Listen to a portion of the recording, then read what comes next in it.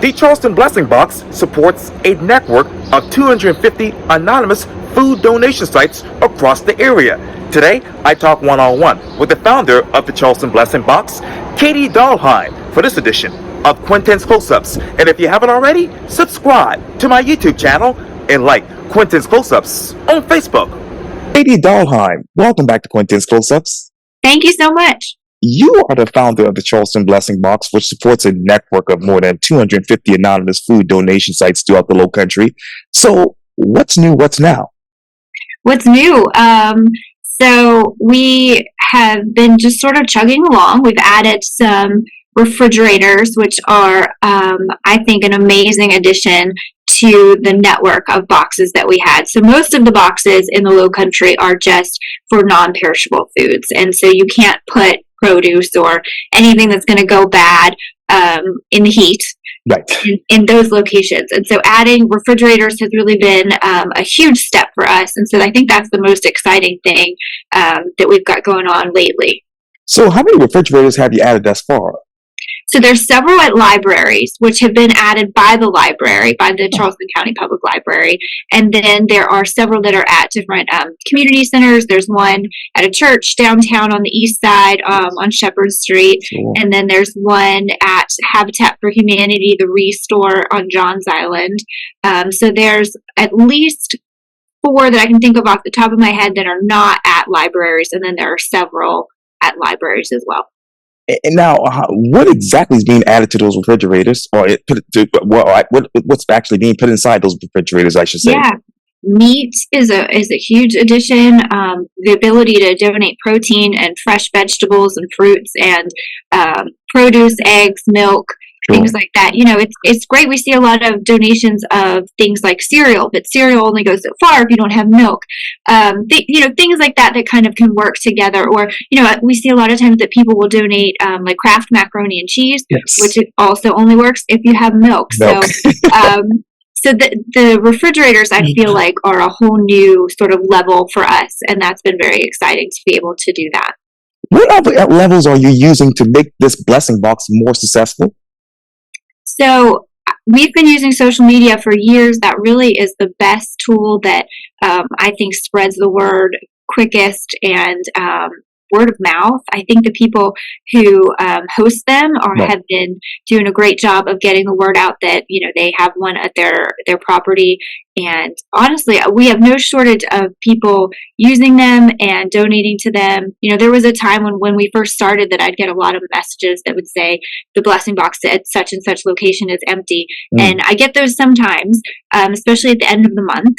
But it's not like it used to be. And I feel like there's a lot of groups that have sort of adopted the location in their area, taking it on as their own, which is a huge blessing. And so, I think social media is definitely the number one way that we've gotten the message out. But the word of mouth is absolutely huge as well. And I know you probably don't know this, but first, let me ask you this. So how many properties are there altogether when it comes to the blessing box? How many boxes are there? Somewhere between 250 and 300. Wow. I've honestly sort of lost count at this point. Yes, ma'am. I keep the map. The Google map is always updated. It's always the one thing that is accurate. And it's hard to keep the website up to date because they change pretty often. So the Google map, which is linked everywhere, our website, social media, is the best way to find one if you're looking for one of our boxes. But I think that there's probably more than 400 total in South Carolina, well over 400 in the state. Wow.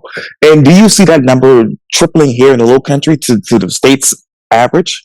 I don't know. I feel like we have a lot of them now, but then every so often I'll get a message that says, hey, there's one, there's not one in, this area, and it hadn't occurred to me before. So it really has been a grassroots and community-led effort, which is everything that I had hoped that it would be. And, in the beginning, I did target certain areas. I thought, I had kind of a plan in my mind. And then as time went on, it just really grew much quicker than I ever could have imagined or dreamed, really. And so now they're just popping up sort of at random.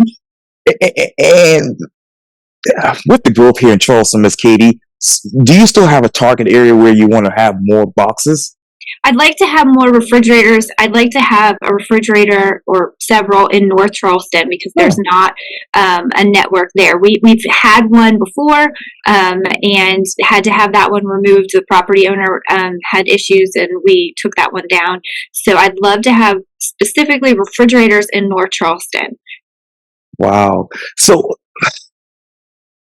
I know this is probably something you cannot answer right now either, but do you know how many people actually donate to the Blessing Box? I have no idea. And I think that's the best part. The fact that there's so many people out there that are using them and that also are donating to them. And that sometimes that could be the same person. Your situation can change quickly and you could go from somebody who's donating to somebody who needs a little help. And that certainly happens. And so, no, I don't know any numbers. I don't have any data. I just know that it's working because I drive past them, in my daily life, and I can see, today it's full, the next day it's empty, it's refilled, and so I know it's working, but I don't have any statistics. Now, with all the boxes or properties boxes that you have right now, do you know which is the most utilized? No, that again, because it's all anonymous, so there's not really any way to tell. We don't ask people to give any information when they come take food. We don't ask people to, tell us when they've donated. So I don't know where the most utilized ones are, and I don't know that even if I wanted to track it, I don't know that we could. Now, and if we did, I feel like it would kind of ruin sort of the idea of it. Right. Of the anonymous nature, I think, is what makes it successful. I know you don't know who's bringing in what or who's taking what, but do you know if you're getting any anonymous donations?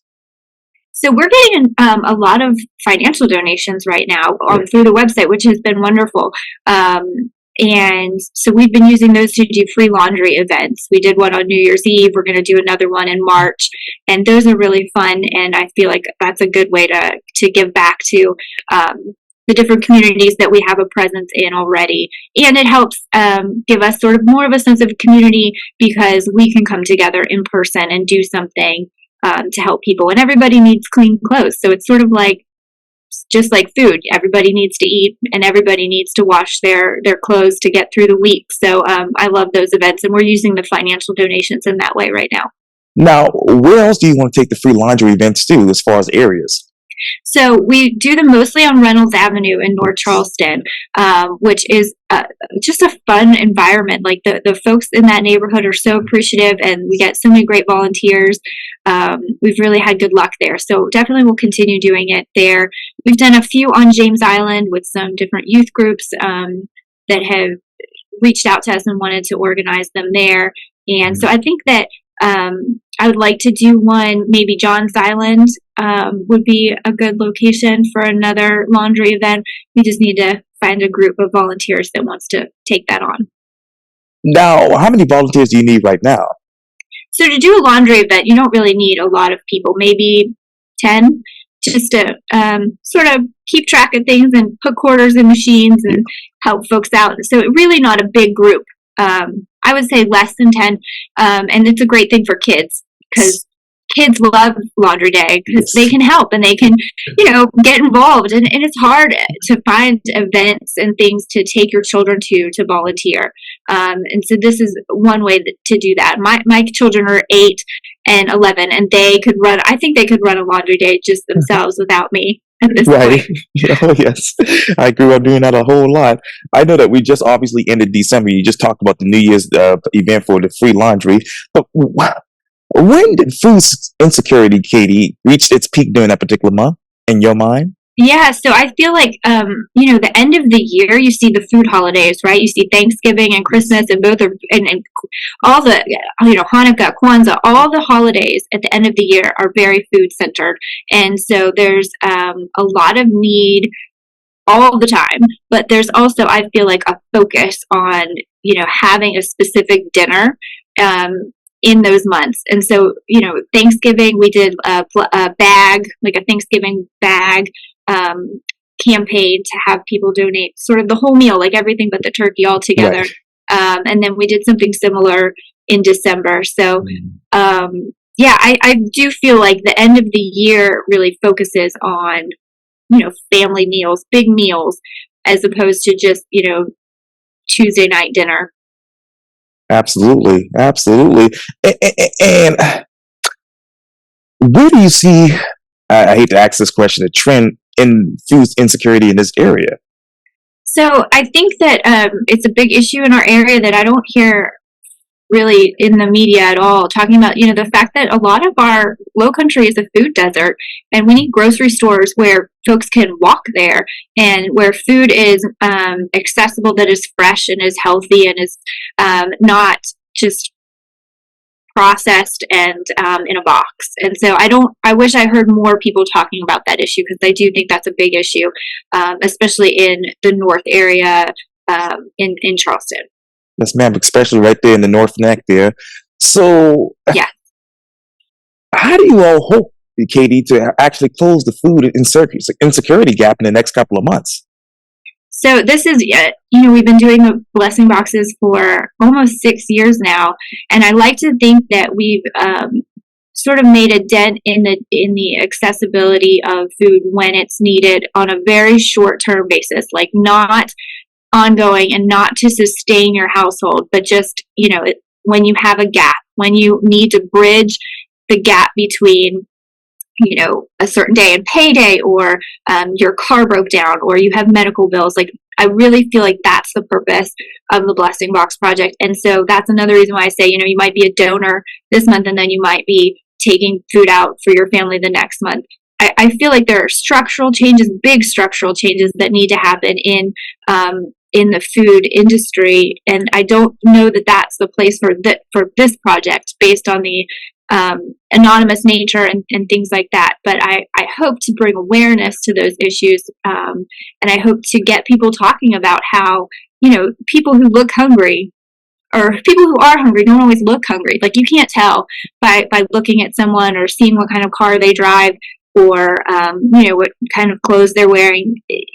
You don't know what's going on. And so I do hope that we're bringing some awareness to that, and to the idea that folks could be food insecure and be employed, or have more than one job, things like that. I don't think that that's well understood. Yes, ma'am. So, what structural changes need to be happening within the industry right now?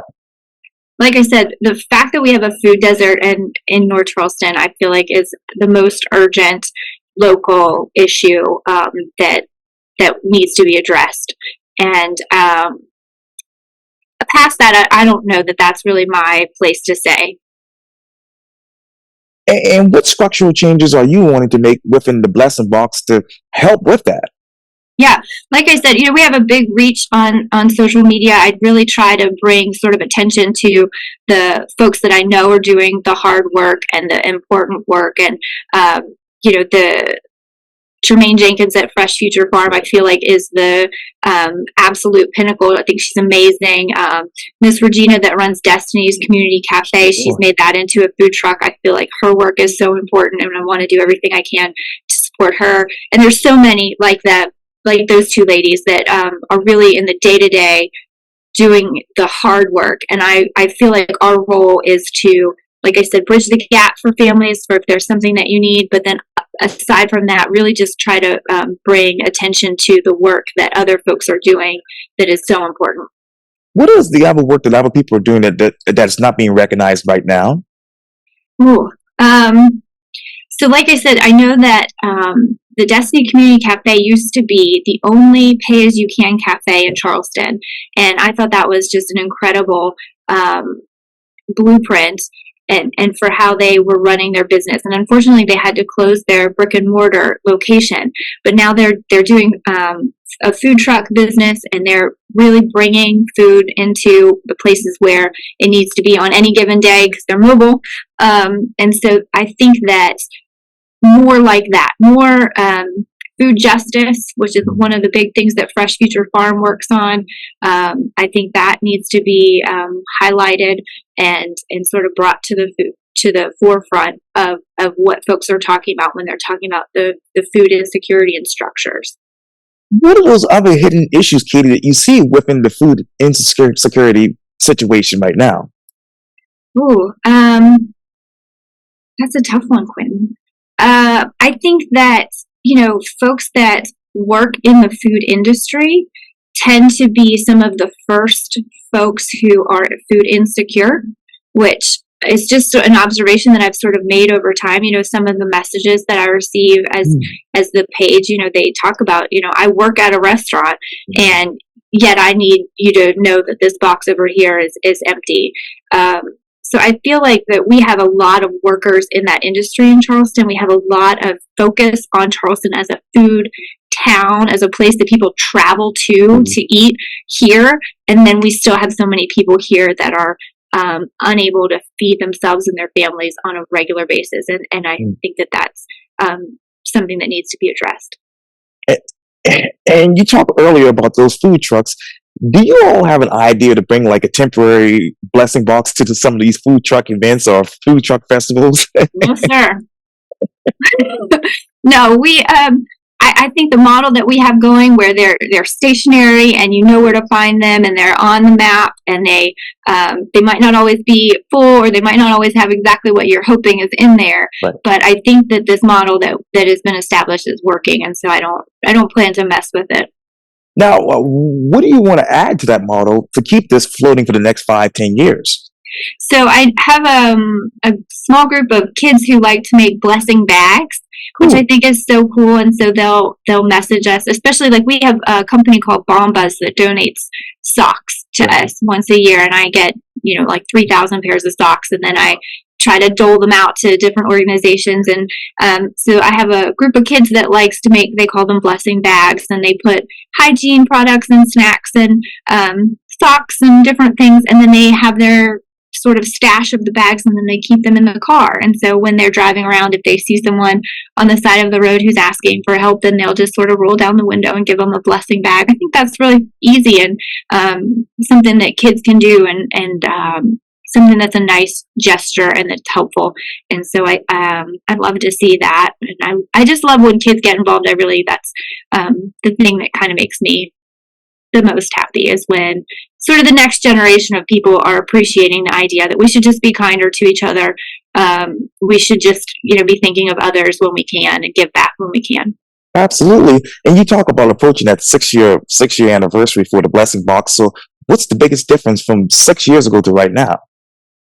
So 6 years ago, when I was starting the project, I really had no idea where to start. And so I took everything that I've learned over the years. I wrote a book over the COVID sort of shutdown, because I wanted people in other places to be able to create what we've created here. And I think that I've done that. I've kind of made a blueprint, because I get a lot of messages from folks in other communities, and they say, I want to do what you've done. Where do I start? And I love that I was able to take the time to sort of put that all in print, because I would love to talk to every single person who wants to do that, but I don't have the time to do that. So I think that if we can give people the resources that they need, and tips, and just sort of things that I wish someone had told me back then, I think that would be the best way to sort of carry this through, not just in South Carolina, but everywhere, because it is able to be duplicated. You just sort of need to be motivated and focused and see it through, and I think it can be successful anywhere as it is here. And so what are those cities and towns that are emerging as blessing box locations, that is? Aiken has a huge little conglomerate of boxes, and I think there's probably about 20 or 30 just in the Aiken area alone. And then up in sort of the Conway area, there's another kind of group that does a lot of work up there. I don't see a lot of them in the Midlands, or at least I don't know about them. If they're there, I'd love to know about them so I can add them to the Google map. And then I don't see a lot in the sort of upstate, like Spartanburg, Greenville. I don't know a lot of them up there. So I think there are areas in the state that are populated that could really expand on the network of locations.